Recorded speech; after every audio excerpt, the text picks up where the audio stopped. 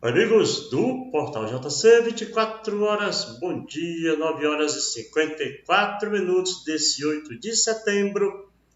No final do mês de agosto aconteceram 3 sessões do Tribunal do Júri com 3 resultados distintos, né? Um dos réus condenado a 30 anos, o outro condenado a mais de 13 anos, o outro a mais de 30.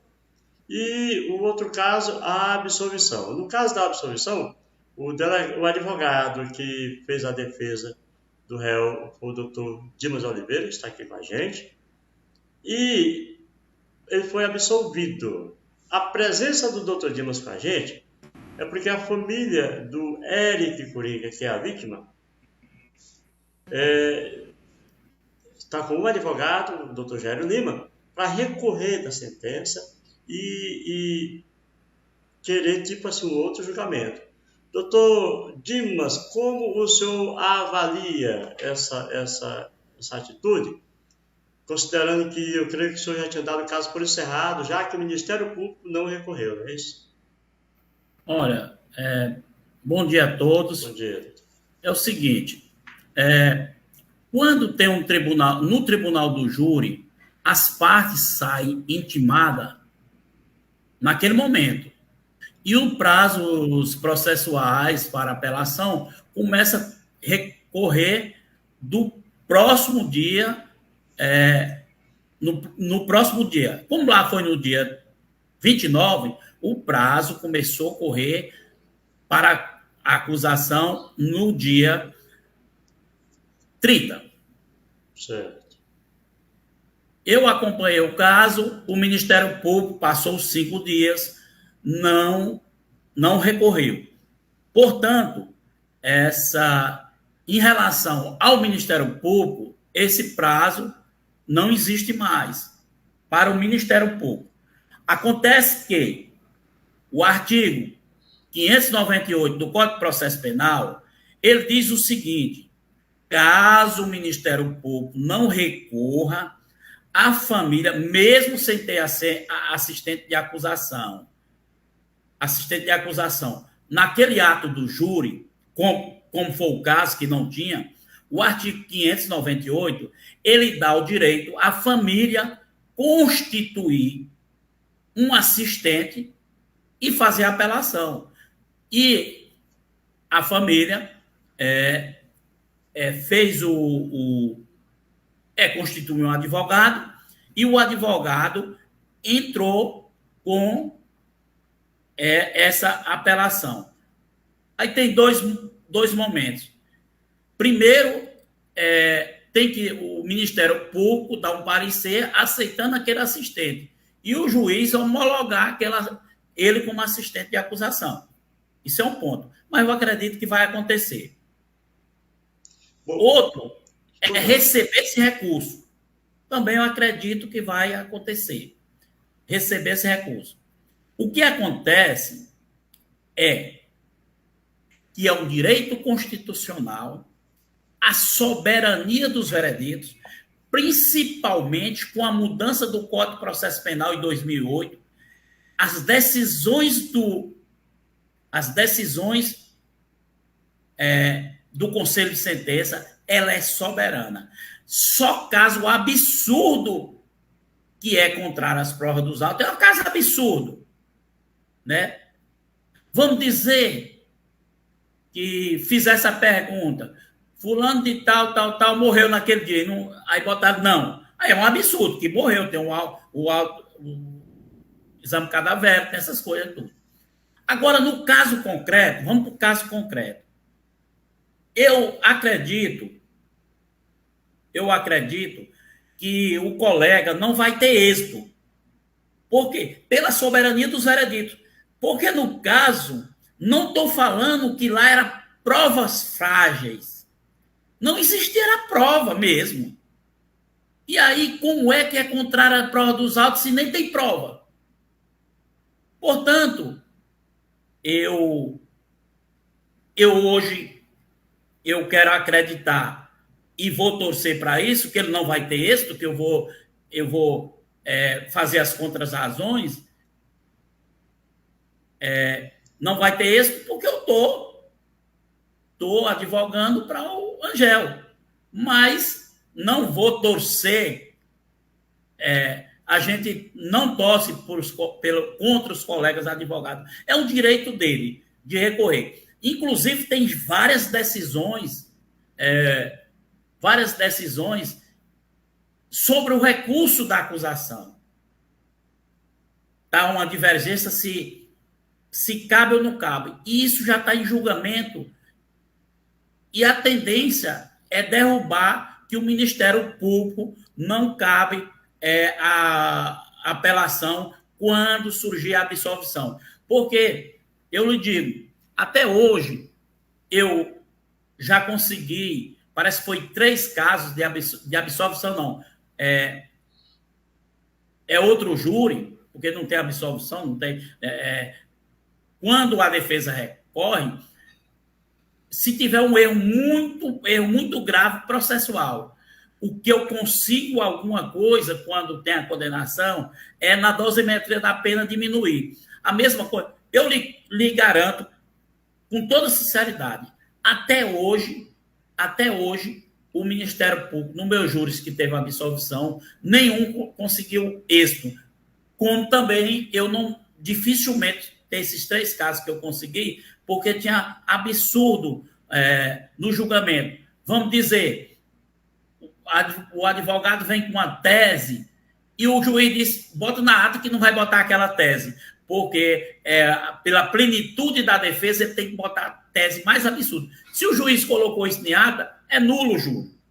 Tá entendendo? Acontece nesses casos, mas dificilmente um júri é nulo. Dificilmente. Portanto, como não tem prova desses autos, da participação dele, tem a prova da materialidade, mas prova de autoria não tem. O Ministério Público não tinha nada.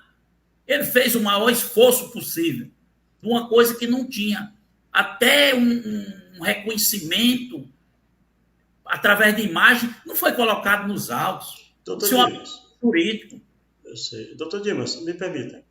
Sempre que acontece algo cujo resultado é diferente do previsto, é porque houve algum erro.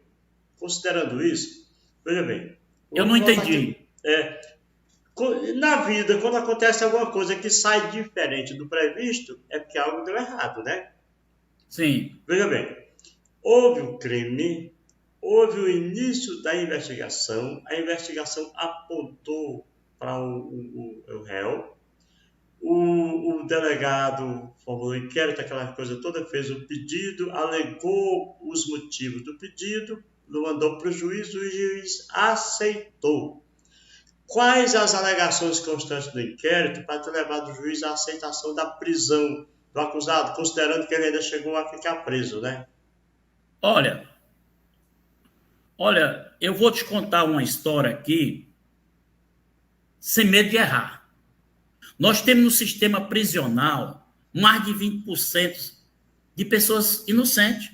Com esse tipo de coisa, duvido dizer. E a lei, nossa lei maior, diz a presunção de inocência, você só pode ser preso, né, após uma condenação transitada e julgada. Isso é a regra. Existe o artigo 312 da prisão preventiva? Existe. Mas essa regra, a regra é o cara responder o processo de liberdade para não acontecer isso. Acabei de fazer, meu jovem, acabei de fazer uma resposta à acusação de uma cunhada do meu irmão. Ela nunca foi em Belo Horizonte e ela foi presa por roubo. Furtaram os documentos dela em 2003,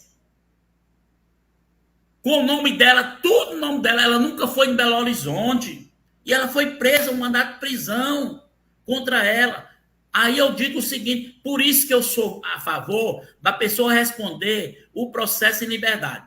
Em relação ao que você falou, a prisão, o recebimento da denúncia, o recebimento da denúncia é um juiz de admissibilidade. Ele não está dizendo nada. Recebimento da denúncia. Agora, deveria ter mais cuidado em relação às prisões. Tem muita gente que não cometeu o crime e está preso. Depois é que vai. Aí disse, não, é inocente, mas passou o tempo. Quem é que vai devolver o tempo da prisão? E a sociedade, como você fez essa pergunta, foi ele porque está preso. Você já viu isso? Já viu isso demais. Não, foi ele porque está preso. Meu amigo, a prisão tornou-se uma regra. O delegado pede, o Ministério Público pede e o juiz prende. Tornou regra. E ainda tem essa. Depois que prende, o juiz senta no processo e o cara fica lá preso. O processo não anda.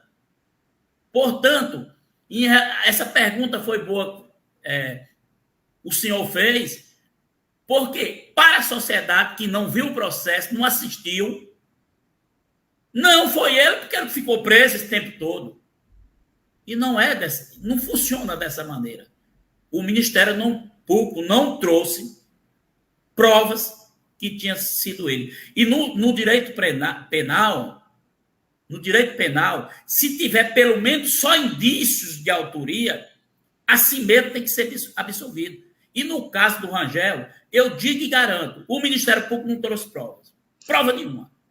Bom, existe uma diferença entre não ter culpa e não ter provas. No caso, o senhor, pelo que o senhor viu do processo, pelo que o senhor conhece da história, o Rangel não tem culpa ou, na verdade, não existem provas que ele tenha culpa? Olha, é o seguinte, o advogado, ele trabalha com o que tem nos autos. O Rangel, todo o tempo, disse que não participou deste crime. Não participou. E eu acredito que não. Porque se tivesse participado, tinha as provas dentro dos autos. E não tem. É diferente. Porque eu já fiz júri que eu tinha convicção que as pessoas tinham participado. Mas só tinha indícios, não tinha prova. E a pessoa foi absolvida. No caso do Rangel, não tem prova e eu não vi nenhum indício.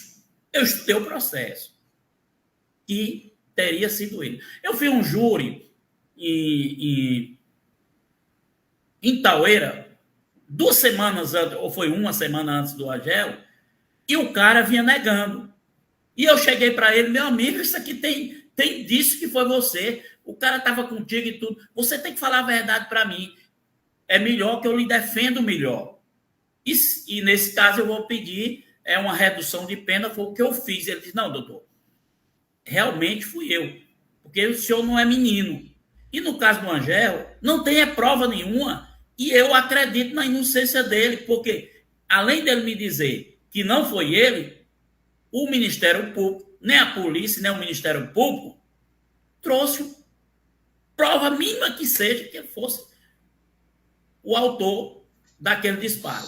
Porque é o seguinte, hoje em dia, tudo pode acontecer. O rapaz não tinha problema, tinha esses probleminha de briga, mas não é caso. Ora, eu peguei um caso agora que mataram 4 pessoas em dias diferentes. Aí atribuíram lá um rapaz. Outro, porque estava num vídeo dançando com ele, o cara passou 4 meses preso. Agora o Ministério Público e a delegada disse que ele não tem nenhuma participação, mas ele é simpatizante da facção criminosa. Isso é prova, tá entendendo? E foi mandado soltar o cara por conta disso. E o cara poderia chegar ao tribunal do júri. Poderia. Por isso que eu digo para você que não tem prova nenhuma, e no caso concreto, vamos dizer que tivesse indícios que fosse o Rangel, com a decisão do jurado, ela é soberana. Isso é o direito de recorrer, isso é normal. Mas ela é soberana. A decisão do jurado é soberana. E, portanto, é o direito de recorrer. Eu vou fazer as contrarrazões e quem vai decidir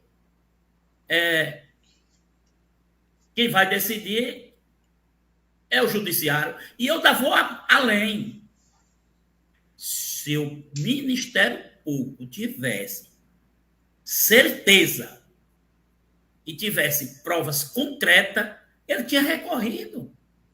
Bom, essa decisão vai ser com o juiz aqui de Floriano, o mesmo juizado que não, fez? Não, ou não. A decisão do juiz de Floriano é homologar assistente de acusação, ele vai ter que homologar, receber ele como assistente de acusação, porque até hoje ele já recorreu, porque tem prazo, né?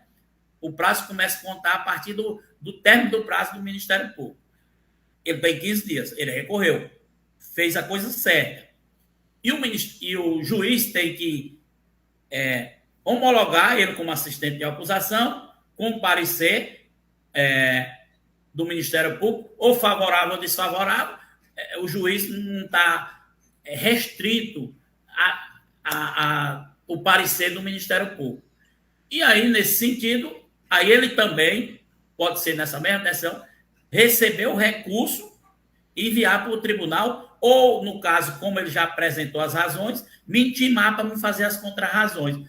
Se ele receber, homologar assistente de acusação, receber o recurso, ele me intima, eu me apresento as contrarrazões, aí sobe o processo aqui para Teresina, e vai ser julgado pela Câmara aqui no tribunal. Certo. É assim que funciona. Agora, o que eu digo que dificilmente, não estou dizendo que é impossível, mas dificilmente ele vai lograr êxito pela soberania dos vereditos. Certo. Tá, só um abraço aqui para o Isaías Rodrigues, que está acompanhando a gente. Doutor, só para a gente encerrar. Nesse espaço de tempo em que a defesa, aliás, que a acusação está recorrendo, a defesa fica só na expectativa do resultado, ou já existe algo que o senhor possa estar fazendo? Não, o juiz homologando o assistente de acusação, tornando ele assistente de acusação, aí, a partir daí, como o Ministério Público não recorreu e prazo para ele não tem, aí ele vai entrar, o juiz vai receber os advogados como assistente de acusação, e a acusação passa a ser nesse sentido com eles. Só que aí vai ter que ter um parecer do Ministério Público Superior aqui em Teresina. Neste caso, o juiz recebendo, entendendo que eles preenchem os requisitos, que eu entendo que preenche, e recebendo o recurso, me intima para mim fazer as contrarrazões. As contrarrazões minhas é baseado, eu nem li as razões dele, mas é baseado na soberania dos vereditos. Isso é direito constitucional. Bom. Se coloca duas versões, uma da acusação e outra da defesa, e os advogados, o juiz da causa, que são os jurados, decidiu para um lado, não há o que se discutir. É soberana a decisão. Dá para você ter uma ideia quando essa decisão vai sair, quando isso tudo vai encerrar? Olha, essa decisão, vamos dizer, vamos por parte. Como me parece que eles já apresentaram as razões no próprio juiz de primeiro grau, eu vou ter que apresentar as contrarrazões no juiz de primeiro grau. Esse processo vai subir. Quando esse processo subir, o desembargador relator manda para o Ministério Público Superior dar o seu parecer. Depois volta para julgamento. Aí, tanto a defesa, tanto o assistente de acusação como eu, pode, no dia do julgamento, pedir para fazer a sustentação oral e tem 15 minutos para cada um se manifestar. O que acontece? Se julgar improcedente o recurso, a defesa pode entrar com os embargos de declaração, se teve alguma omissão, outra coisa. Se depois desses embargos, o assistente, eu estou falando na defesa, mas sempre assistente de acusação, ele pode entrar com recurso especial, recurso extraordinário, um para o STJ, outro para o Supremo. A mesma coisa caso aconteça o contrário. Eu posso entrar. Aí ninguém sabe quanto é que vai ser, quantos anos vai passar isso. Tá certo, então. Doutor, muito obrigado aí pelo seu tempo com a gente, aí pela sua entrevista. E vamos aguardar os próximos passos aí desse imbróglio, né, digamos assim. Mas é o direito é o direito de recurso. Todo mundo tem o direito de recurso. É o jus esperniendi, né, como dizem. Eu não queria falar isso, não, mas você falou. O recurso é isso. Agora eu vejo, eu estou falando aqui, não é porque eu estou defendendo o Rangel, não. Eu vejo muito difícil eles terem êxito. Pode dizer, não, é porque é o advogado de defesa do cara. Não, se ele tivesse sido condenado, também era muito difícil eu reverter a situação. Tá certo, muito então. difícil. Tá bom, então. Muito difícil. A gente recorre, eu geralmente, o Tribunal do Júri, quando ele decide, quando a pena é extrapolada, aí sim eu recorro, mas para reduzir pena. Mas a soberania dos vereditos é muito difícil você reverter. Só se for um caso absurdo, que não for o caso. Okay, não for o caso. Nós conversamos aí com o doutor Dimas Oliveira, advogado que atuou na defesa do Anderson Rangel no julgamento que aconteceu no final do mês de agosto, onde ele foi absolvido. A família da vítima recorreu e ele está falando aí sobre essa ação por parte da família e como fica a ação por parte da defesa. Muito obrigado, doutor. Sucesso para o senhor. Obrigado. Precisando, estamos aqui às ordens. Maravilha, então. Tá, gente? E a você que nos acompanha, muito obrigado a cada um de vocês. Que Deus abençoe a todos nós. Portal JC, 24 horas com você.